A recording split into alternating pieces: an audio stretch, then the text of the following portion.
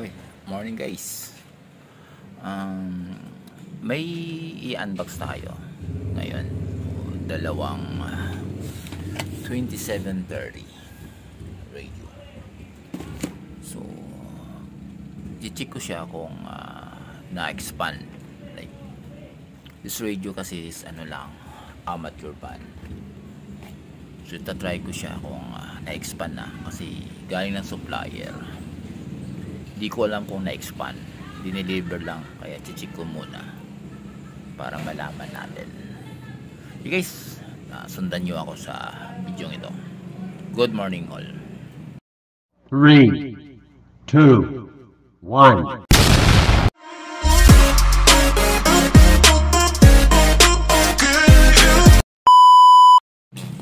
Yun guys,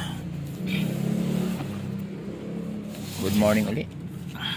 So dalaw siyang 2713 dumating. Sana I-unbox natin. So check ko na lang din siya kung naka-expand na. Yeah boy. So unang makita is yung kanyang manual and warranty slip. Yun. The next, yung kanyang takip na isang karton na nandito yung kanyang mic. Hindi mawawala naman yung is mic and yung kanyang power cord.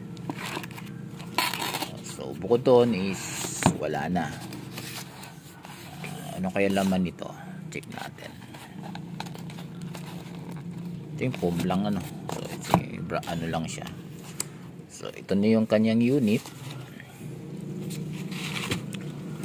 Yun, bagong bago. Since na guys, wala akong phone holder. Talagang isang kamay lang yung natin. Gagamitin natin para dito. Check natin yun. So hirap na dalawa kamay pala, dapat pala apat ang kamay. Yun. Wow! Yun. So bagong 2730. Naano po yung mukha. Andito talaga ang mukha pala. Dito yung mukha.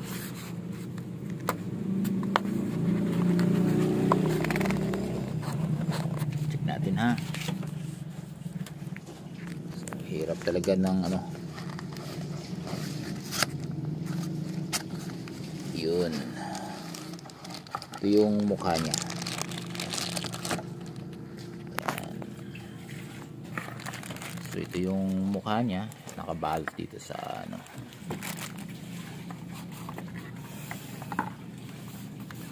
So labas natin yung mic.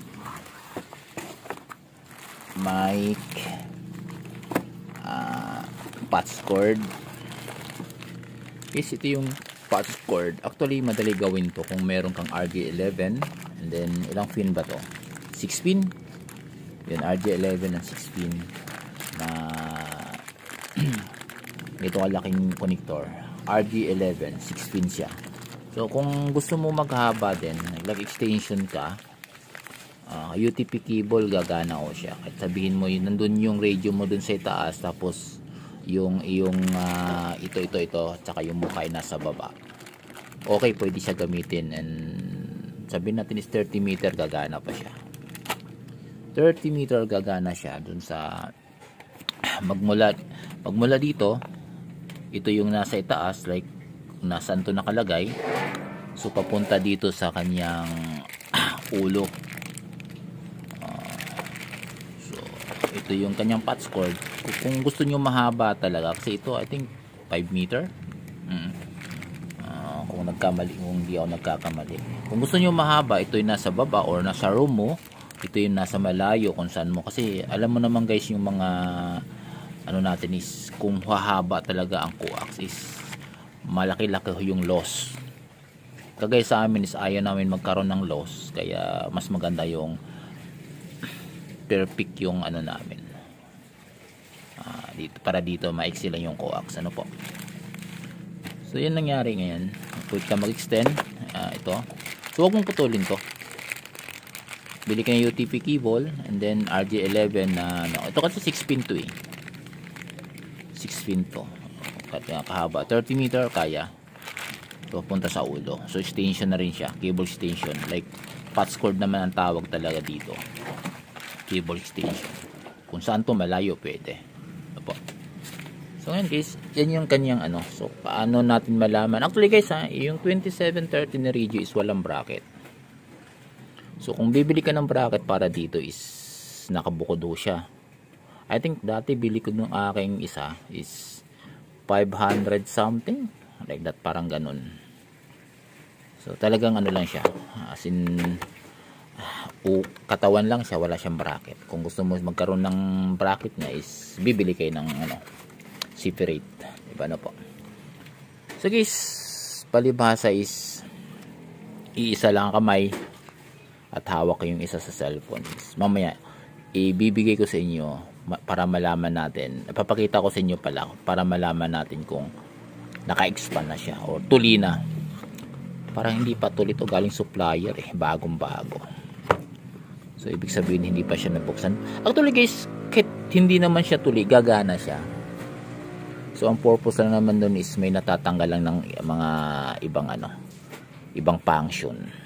So kagandahan lang din dun sa mga natuli na mga radio is expanded pa. Tawag doon expanded kasi na-expand. Hindi siya na.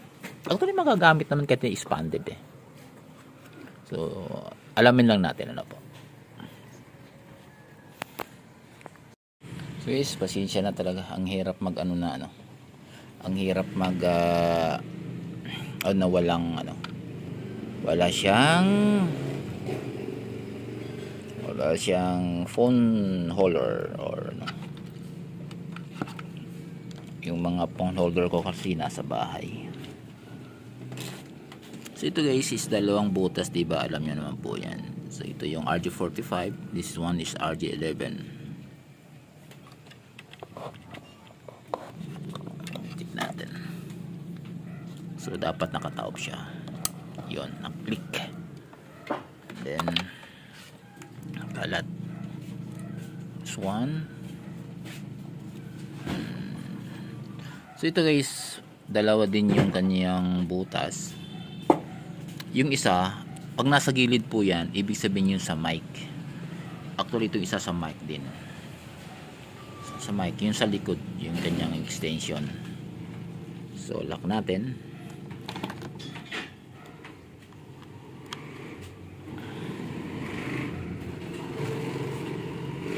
Mali. Sorry. Nakuha ko pala yung mic.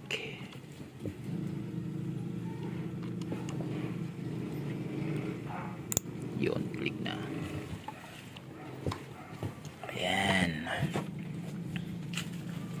So ngayon, power naman tayo. So yung mic pwede mo rin ilagay dito.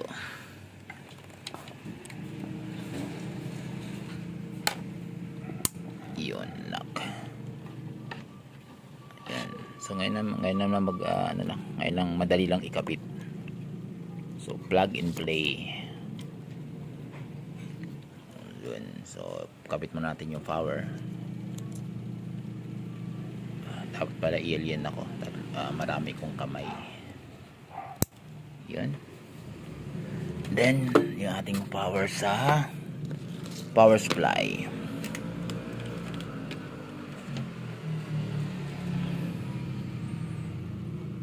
Okay, and then on.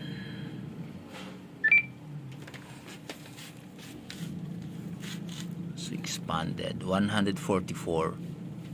So ito, check natin kung inaabot to. So type natin is 100. Tiga. Hirap talaga. Wala sorry guys. Walang check natin sa 150 MHz 15680. Okay, so gumana siya dun sa, actually yan ay marine van. channel 16 is 156,800 is channel. Then channel 16 in Marinban. So ibig sabihin pwede siya. So guys, wag mo lang, pwede mo i-transmit, pero naka high power kasi, low power natin. Alone. Yan. So kung pwede ka lumipat sa kabila, this one, main is UHF, like this one, main VHF. Kung saan yung main is yun ang using mo. Pero yun guys, tinuro ko na kung paano mag RPT niyan yung crossband. So chinik lang natin ngayon. Ang purpose lang natin na ma-check natin na doon sa kanyang frequency kung saan aabot. Baka sakali may dumating kasi minsan case na amateur band lang, kaya check natin. So actually yung dumating sa akin na 2730 before, nagkaroon naman ako ng isa, dalawa, tatlo. Marami na rin dumaan sa akin 2730. Halos naman sila expanded. So meron kasi na baka ma-encounter tayo na hindi expanded. Dadalhin natin dun sa kliyente natin na hindi expanded. So pabalik-balik. Kaya mas maganda ma-check na natin ng maaga. Yun. So wala naman siyang problem. So kung yung function naman nito is naituro ko na dun sa yung ibang video ko. Lahat ng function ito, paano mag RPT, paano mag dagay ng tone, lahat niyan. So naituro ko na doon lahat. So ngayon, sa yun ang purpose natin na is makapunta siya ng, actually babagsakan ko nito is papunta ata to ng, dadalhin ko na ng Romblon. Yeah, Romblon. Bukas siguro Merkules, going to Romblon. Dalawang 2730. Yun ang si setup ko. Okay guys, yun lang. Maraming salamat sa inyong panonood. Sana may matutunan kayo kahit papaano sa aking mga video. Like puro naman yan sa radyo.